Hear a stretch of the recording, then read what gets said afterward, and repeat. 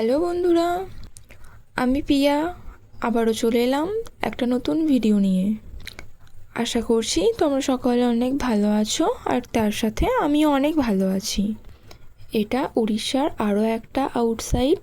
প্রথমে ঢুকতেই আমরা সামনে দেখলাম সিংহের গেট, তারপর লক্ষ্মী নারায়ণ অনেক কিছুই দেখলাম। সামনে রাম সীতার মূর্তিটাও খুব সুন্দর দিয়েছে, তার সাথে গোশালাটা তো খুবই ভালো লেগেছে আমার পছন্দের মধ্যে। এখানে 128টি শিবলিঙ্গ আছে।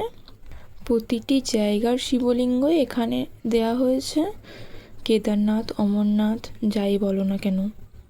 এখানে নারায়ণের নাভিপদ্ম থেকে যে ব্রহ্মার জন্ম হয়েছিল সেটাই এখানে দেখানো হয়েছে।